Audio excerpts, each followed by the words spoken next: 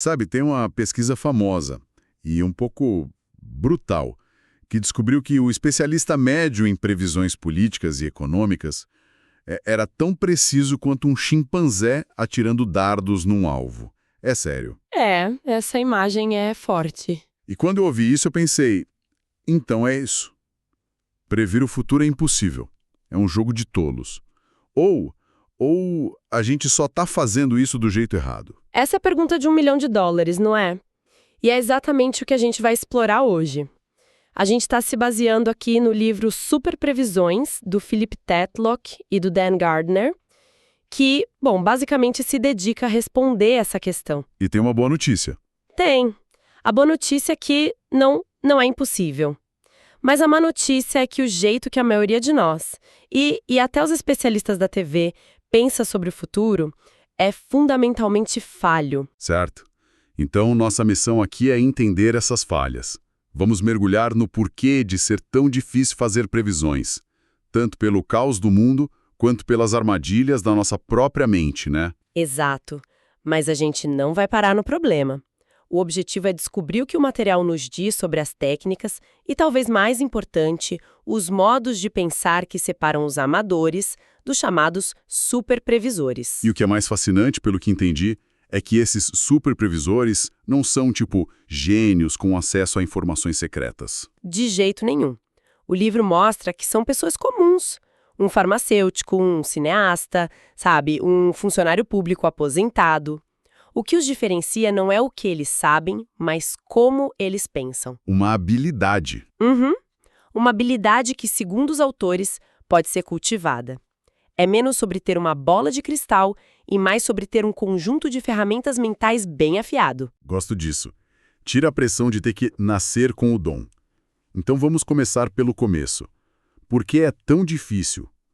O material nos leva para a Tunísia, em 2010.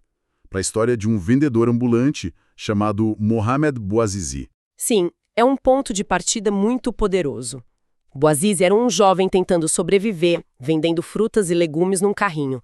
E um dia, policiais corruptos não só confiscam a balança dele, mas o humilham em público. Uma cena que, infelizmente, devia ser comum por lá. Exatamente. O tipo de abuso de poder que acontecia todo dia em muitos lugares. Mas algo naquele dia foi diferente. Ele, desesperado, sem ter a quem recorrer, vai até a sede do governo local, se encharca com um líquido inflamável e... até fogo ao próprio corpo. É um ato de desespero individual terrível. E, como o livro aponta, a região era descrita há décadas como um barril de pólvora. Mas a questão é essa, né? Por que aquele barril de pólvora, que nunca explodiu naquele dia? Essa é a essência da imprevisibilidade. O ato do Bouazizi virou a faísca. Os protestos começaram. Primeiro na cidade dele, depois se espalharam pelo país. O ditador que estava no poder há 23 anos foi derrubado em questão de semanas. E não parou na fronteira. Não parou. A onda de revolta foi para o Egito, Líbia, Iêmen, Síria. Dando início ao que a gente hoje chama de Primavera Árabe. É inacreditável. Um único evento. O sofrimento de uma única pessoa reconfigurou a geopolítica de uma região inteira. O que nos leva direto para o conceito do efeito borboleta, certo? Exato. A ideia, que vem da teoria do caos, de que em sistemas complexos uma pequena perturbação pode levar a consequências massivas e totalmente desproporcionais. O livro classifica esses sistemas como nuvens. São caóticos, imprevisíveis. Em oposição aos sistemas tipo relógio. Isso, que são ordenados e previsíveis, como as marés ou o movimento dos planetas. O desafio é que a vida real, principalmente a política e a economia, é uma mistura complexa dos dois. Ok. Então parte do problema é que o mundo é caótico. Mas o material deixa claro que isso é só metade da história. A outra metade... está dentro da gente. Exatamente. Na forma como nossos cérebros funcionam. Os psicólogos Daniel Kahneman e Amos Tversky revolucionaram isso com a ideia de 2 sistemas de pensamento. O sistema 1 é a nossa mente intuitiva. Rápido, automático, sem esforço. É o que me faz desviar de uma bola vindo na minha direção. Perfeito. E o sistema 2 é o nosso pensamento analítico, lento, deliberado, que exige esforço. Resolver um problema de matemática? Ou preencher a declaração de imposto de renda? O problema é que o sistema 2 é preguiçoso. Nosso cérebro prefere usar o sistema 1 sempre que pode, para economizar energia, Mesmo quando não devia. mesmo quando não devia. O livro tem aquele quebra-cabeça clássico para ilustrar isso. É assim, um bastão e uma bola custam juntos $1,10. O bastão custa $1 a mais que a bola. Quanto custa a bola? Ok, meu cérebro está gritando aqui instantaneamente. 10 centavos. É tão óbvio que parece bobo. E essa é a armadilha. É uma pegadinha, né? É, Quase todo mundo cai nela. O seu sistema 1 te deu uma resposta instantânea. Agora vamos fazer o que ele não quer. Vamos ligar ao sistema 2 e checar a conta. certo. Se a bola custasse 10 centavos e o bastão $1 a mais, ele custaria 1,10. E juntos? Juntos eles custariam 1,20. Não 1,10. A conta não fecha, a resposta é errada. Exato. Então a bola tem que custar 5 centavos. E o bastão, $1 a mais. 1,05. Juntos, 1,10. Uau! É incrível como a primeira resposta parecia tão certa. E essa é a questão. O sistema 1 não nos dá dúvida, ele nos dá certeza. O que nos leva a um dos vieses mais importantes que o livro aborda. Um conceito que o Kahneman chama de YCIT. O ICIT. É um acrônimo em inglês para What you see is all there is. O que você vê é tudo o que há. Isso significa que nosso cérebro é uma máquina de criar histórias. Ele pega a informação disponível, por mais incompleta que seja, e constrói a narrativa mais coerente possível com aquilo. Ele não para pensar, espera, o que eu não sei? Não, ele simplesmente ignora as lacunas e nos entrega uma história completa, que nos faz sentir confiantes. Entendi a armadilha, mas existe um exemplo mais drástico de como isso pode nos levar para conclusões totalmente erradas no mundo real? Sim, e o livro usa um exemplo perfeito. O atentado em Oslo, na Noruega, em 2011. Uma bomba enorme explode no centro do distrito governamental. Fumaça, caos. Qual foi a história que o sistema 1 de quase todo mundo contou na hora? Eu lembro disso. Terrorismo islâmico, Al-Qaeda, algum grupo afiliado. Sem dúvida. Era a narrativa daquela década, depois do 11 de setembro, dos atentados em Madrid, em Londres. A história se encaixava perfeitamente. Sim. As pessoas pegaram a pouca informação que tinham, bomba em capital ocidental, e o YSIT entrou em ação. O cérebro buscou o padrão mais familiar. E a hipótese, que era só uma hipótese, virou uma certeza. Por horas. O problema é que informação crucial estava faltando. Que era o fato de que o autor era Anders Breivik, um terrorista de extrema-direita, norueguês. A história que parecia tão óbvia estava 180 graus errada. É impressionante. E para entender o quão profundo esse nosso impulso de criar narrativas, o material menciona os experimentos com pacientes de cérebro dividido. Aqueles que tiveram a ponte entre os hemisférios cerebrais cortada. Exato. O hemisfério esquerdo é o nosso intérprete, o centro da linguagem. Num teste, os pesquisadores mostravam uma imagem só para o hemisfério direito, digamos uma cena de nevasca. O hemisfério direito, que controla a mão esquerda, fazia o paciente apontar para a foto de uma pá. O que faz sentido. Neve e pá. Lógico. Mas aqui vem a parte fascinante. Quando perguntavam ao paciente, falando com o hemisfério esquerdo dele, por que você está apontando para pá? O hemisfério esquerdo não fazia ideia. Ele não viu a imagem da neve. E o que ele dizia? Em vez de dizer, eu não sei, ele inventava uma história. Um paciente disse, simples, você precisa de uma pá para limpar o galinheiro.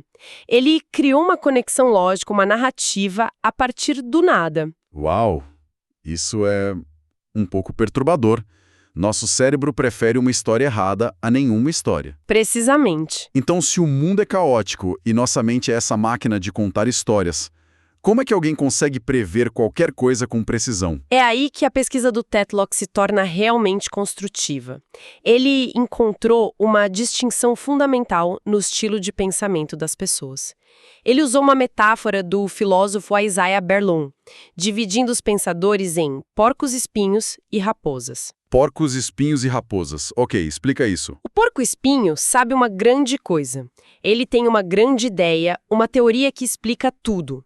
Pode ser um marxista, um libertário ferrenho, um profeta do apocalipse. Não importa. A resposta sempre se encaixa na grande teoria dele. Sempre. Eles são confiantes, dogmáticos, ótimos para a televisão porque falam com uma certeza avassaladora. Sei exatamente de quem você está falando. Vejo porcos e espinhos na TV o tempo todo. E as raposas? A raposa, por outro lado, sabe muitas pequenas coisas. Ela é cética em relação a grandes teorias, é pragmática, usa diferentes ferramentas, coleta informações de fontes diversas, Mesmo as que contradizem o que ela acredita? principalmente essas. As raposas são mais cautelosas, falam em probabilidades, não em certezas, e, o que é crucial, estão muito mais dispostas a admitir erros. E qual grupo se saiu melhor nas previsões? Nem foi uma competição. As raposas superaram consistentemente os porcos-espinhos e não foi por pouco. A mentalidade flexível e autocrítica da raposa é o solo onde as boas previsões crescem. Certo, então ser uma raposa é o primeiro passo. Mas quais são essas muitas pequenas coisas que elas sabem?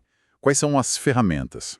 Uma das mais poderosas, que o livro enfatiza muito, é a distinção entre a visão de dentro e a visão de fora. Visão de dentro, visão de fora. A nossa tendência natural, do sistema 1, é usar a visão de dentro.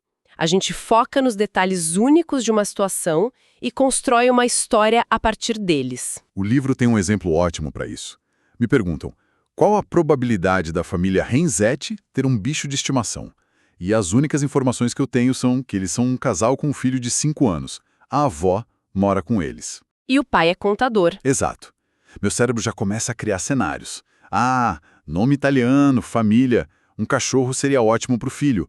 Ou então, não, pera, um bicho de estimação daria muito trabalho. Isso é a visão de dentro. Você fica preso nessas narrativas específicas. E o que a raposa, o superprevisor, faria? A raposa ignora tudo isso no começo. Ela começa com a visão de fora. A primeira pergunta que ela faz é: qual é a taxa base? A taxa base. Ou seja, qual a porcentagem geral de famílias americanas que têm um animal de estimação? Com uma busca rápida, você descobre que é cerca de 62%.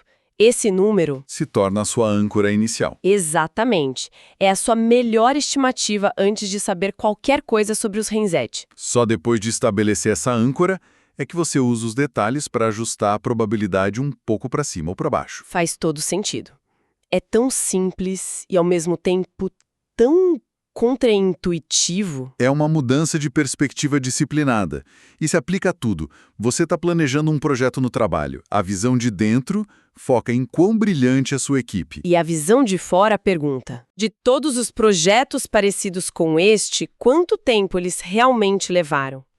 A visão de fora é um antídoto poderoso para o nosso otimismo. Além da visão de fora, outra ferramenta que o material destaca é a clareza, especificamente com números. Previsões vagas como "é provável que aconteça". Podem ser extremamente perigosas. O exemplo histórico da invasão da Baía dos Porcos em Cuba, em 1961, é assustador. O presidente Kennedy pediu ao Estado-Maior uma avaliação do plano. E a conclusão deles foi que o plano tinha uma chance razoável de sucesso. O que soa bom, razoável. Talvez uns 60%, 70% de chance. Parece um risco que talvez valha a pena. Kennedy deu luz verde. E a operação foi um desastre humilhante. Mas o fascinante foi o que se descobriu depois. Perguntaram ao autor da avaliação o que ele queria dizer com chance razoável. Ele respondeu que tinha em mente probabilidades de 3-1 contra o sucesso. Espera aí, isso é só 25% de chance de sucesso. É completamente diferente. Totalmente. Se ele tivesse dito, presidente, há 75% de chance deste plano fracassar catastroficamente, a história poderia ter sido muito diferente. Exato. A ambiguidade da linguagem permitiu que todos ouvissem o que queriam ouvir. Superprevisores evitam essa armadilha. Eles não dizem provável, eles dizem eu atribuo uma probabilidade de 65%.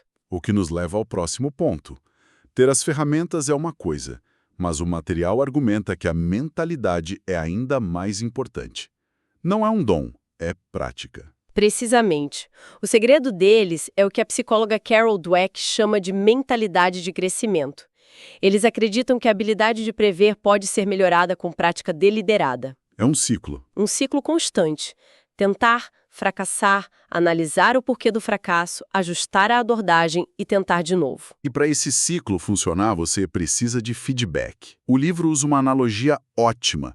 É como tentar virar um grande arremessador de lances livres, mas praticando num ginásio totalmente escuro. De olhos vendados e com fones de ouvido com cancelamento de ruído. Você pode arremessar 1000 bolas, mas não tem como melhorar.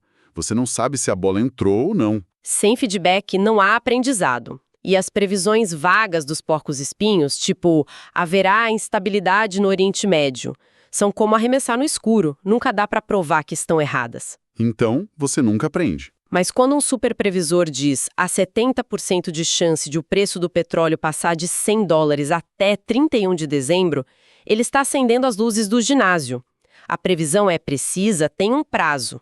E pode ser objetivamente pontuada. O feedback é claro. O que torna o aprendizado possível. Outra característica que o livro menciona é que eles estão sempre atualizando suas previsões. Sim, eles tratam as previsões como coisas vivas. À medida que novas informações chegam, por menores que sejam, eles fazem pequenos ajustes. Não há saltos de 20% para 80% da noite para o dia. É mais como ir de 60% para 62%, depois para 59%. É um processo de ajuste fino contínuo. Mas isso parece difícil. Como saber o quanto ajustar? É um equilíbrio delicado, e o livro alerta para 2 perigos. O primeiro é a reação insuficiente, quando você se apega demais à sua ideia inicial. O viés de confirmação. Exato. O segundo perigo é a reação excessiva. Tratar uma única informação nova como um sinal definitivo e mudar drasticamente sua previsão. Ah, consigo me ver fazendo isso. A gente lê um artigo que parece super convincente e joga todas as fichas nele. Totalmente. O livro conta o caso de Doug Lort, um dos melhores superprevisores, que cometeu esse erro. Ele estava analisando uma questão sobre o gelo no Ártico e encontrou um relatório que parecia muito conclusivo e, pau, saltou sua previsão para 95%. Ele reagiu de forma excessiva. Sim, o relatório acabou se mostrando desatualizado e a previsão dele estava errada. Mas o que o define como um superprevisor é que ele analisou o erro, admitiu e aprendeu. A atualização tem que ser ponderada, não impulsiva. Então, juntando tudo, fica claro que prever o futuro não é um dom místico. Não mesmo. É uma habilidade que exige uma disciplina imensa. É sobre lutar contra os atalhos da nossa mente, usar ferramentas como a visão de fora, pensar em probabilidades. E talvez o mais importante, ter a humildade de aprender com os erros e mudar de ideia quando os fatos mudam. Certo. E isso levanta uma questão importante, que o livro aborda no final. É sobre como a gente lida com a improbabilidade nas nossas próprias vidas. Como assim? Pense na história de como um casal se conheceu. Muitas vezes, envolve uma série de coincidências incríveis. Se eu não tivesse perdido aquele trem, se meu amigo não tivesse me arrastado para aquela festa. A reação comum a essa cadeia de eventos improváveis não é "Uau, que sorte, que acaso fantástico". Não, de jeito nenhum. A reação é: era para ser, era o destino. Exatamente. A gente pega a improbabilidade de um evento e, em vez de ver como evidência do poder do acaso, a gente usa como prova de um significado maior. Uma força predestinada. Enquanto um pensador probabilístico, uma raposa, olharia e diria: havia um número quase infinito de caminhos que os eventos poderiam ter tomado, e calhou de ser este. E isso nos deixa com uma reflexão final, não é? Até que ponto essa nossa necessidade de encontrar destino e significado, em vez de aceitar o acaso, interfere na nossa capacidade de pensar claramente sobre o futuro? E talvez mais importante, como a gente pode aplicar essa mentalidade de raposa não só para entender o mundo, mas para navegar com mais sabedoria em nossas próprias vidas?